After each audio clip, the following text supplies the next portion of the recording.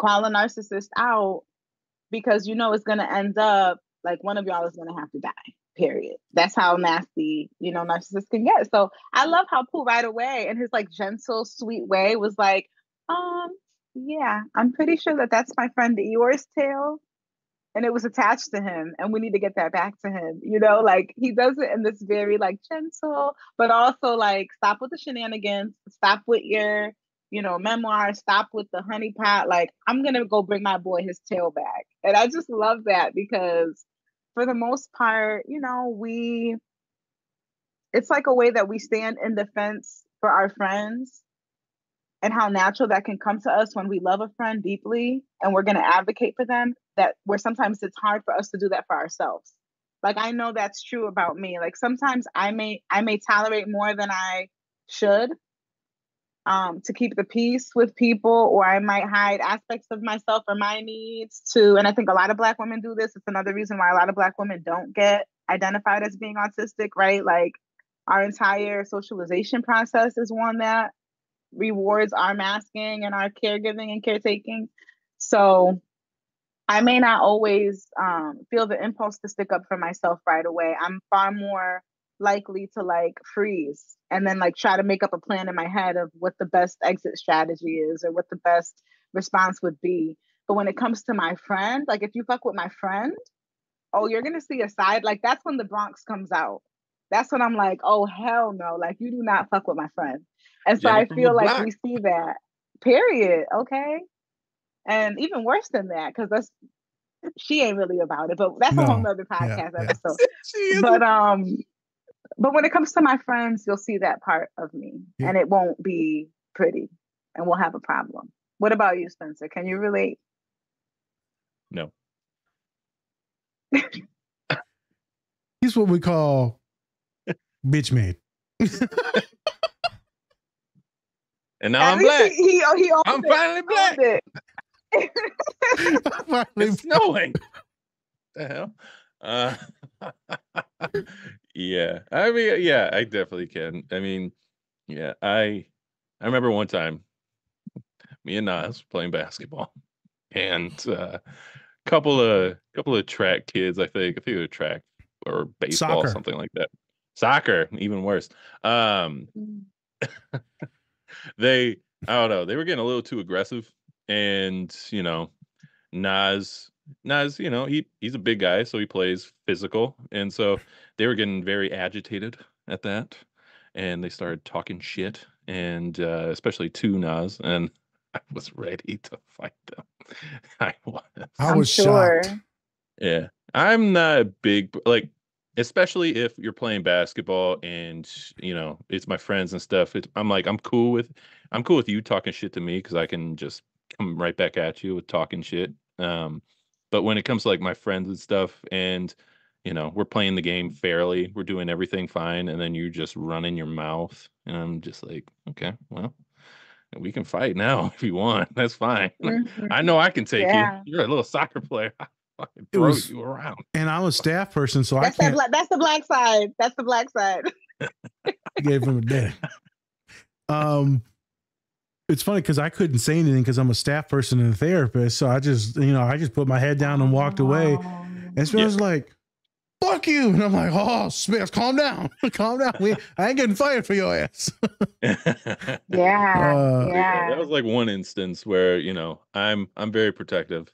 Friends and family, always going to be protective. Protective of his my mom mama. especially, very protective of her. And so anybody who wants to talk shit to anyone who I know, who I'm very caring for, I'm always going to be there to stick up for them, even if they can handle themselves perfectly fine. I'm still going to be there to, you know, talk this shit. Yep, for sure. Yep. Yeah. Spence, I got something for you, man. So we're gonna do a pivot as we're wrapping up here, and we I'm sorry, but we got to talk about this. What? When you see Eeyore put his tail on and he's getting these different positions, right? And then, so tell me why instantly I just thought of all the people. I'm not even gonna say what gender. I thought of all these people on Instagram just showing their ass off. Hey, do your thing, make your money, right? Show it off. But I'm also like, so this doesn't get blocked. This doesn't get blocked from Instagram, but God forbid I show a clip about an autistic kid. And then I get copyrighted and blocked and my shit doesn't get promoted. But then we sexualize so much stuff. And so when I saw his tush out there and I'm like, wow, this probably would have sold instantly. But me and M talk about, emotions and love and connection and narcissism. Oh, that doesn't go. Yeah. Yep. It's all what's popular now. It's like, what's going to get those likes? Booty shorts. Let me just bend right over and look at you. It's effective though. It's so effective. Like I've seen therapists do this too, where it's like you're a therapist, you have a public therapy page, but let's say you go to vacation on Puerto Rico, now you post like the bikini pic and it's like, oh, self-care. Watch them likes and those follows just like skyrocket, right? And like I tell my husband that all the time because I'm like, I just can't do it. I just can't do it. I know if I did it, I'd be seeing more. I'd get more. I'd probably make more book sales, right? Like, but that's not who I am. So I can't do it. Don't get me twisted. I'm definitely, for my book tour, I'm already getting my outfits ready. I know who I'm going to have braid my hair. Like, I'm really going to show up and show out. I got 2 kids under 5 and I never get to go nowhere. So when I do step out, I step out. But baby, you will never find me in a bikini on Literacy NYC talking about self-care, self-love, read these books. So again, you're absolutely right. It was funny. And it goes to show what the priority is. Like, man. But I low-key love this for Eeyore though, because that little shimmy when he shakes his booty, like he was feeling himself and he knew that he was back. He's like, baby, I'm back. So we could look at it both ways. I don't know. And me personally, I think, and this is just me talking, I think sometimes that also takes away the validity of your therapy in some ways. That's me personally, because I feel like if you, like, you're just trying to seek attention, and I know that's also you're trying to get like more followers and stuff like that. That's fine. But I feel like when you're in the mental health field, you should play it safer, in my opinion, no matter what gender you are, no matter what, because you want to be seen as professional. You also want to make sure that mental health is also seen as a serious topic, right? And yes, we incorporate jokes and things like that in all of our shows, but at the same time, we also stick to what we're supposed to. Yeah. We have those serious moments.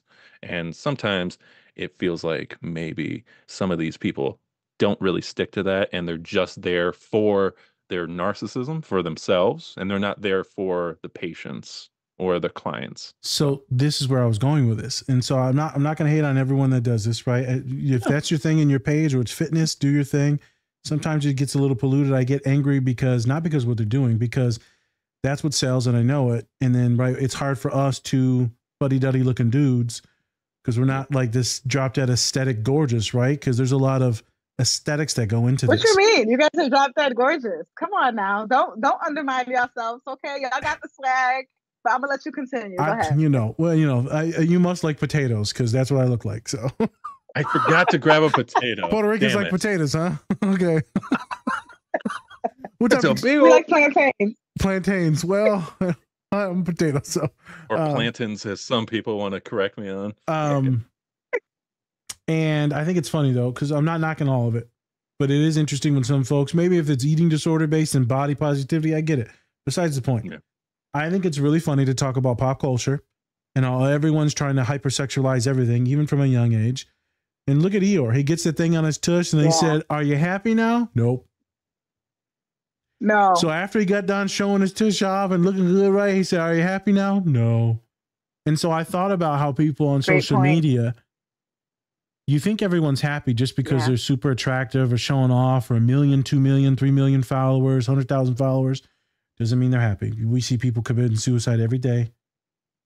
We see people committing horrible crimes and acts and every day. So I'm doing this to spread awareness on, be cautious on social media, not on what you're posting, but be cautious and don't be mean to people on social media.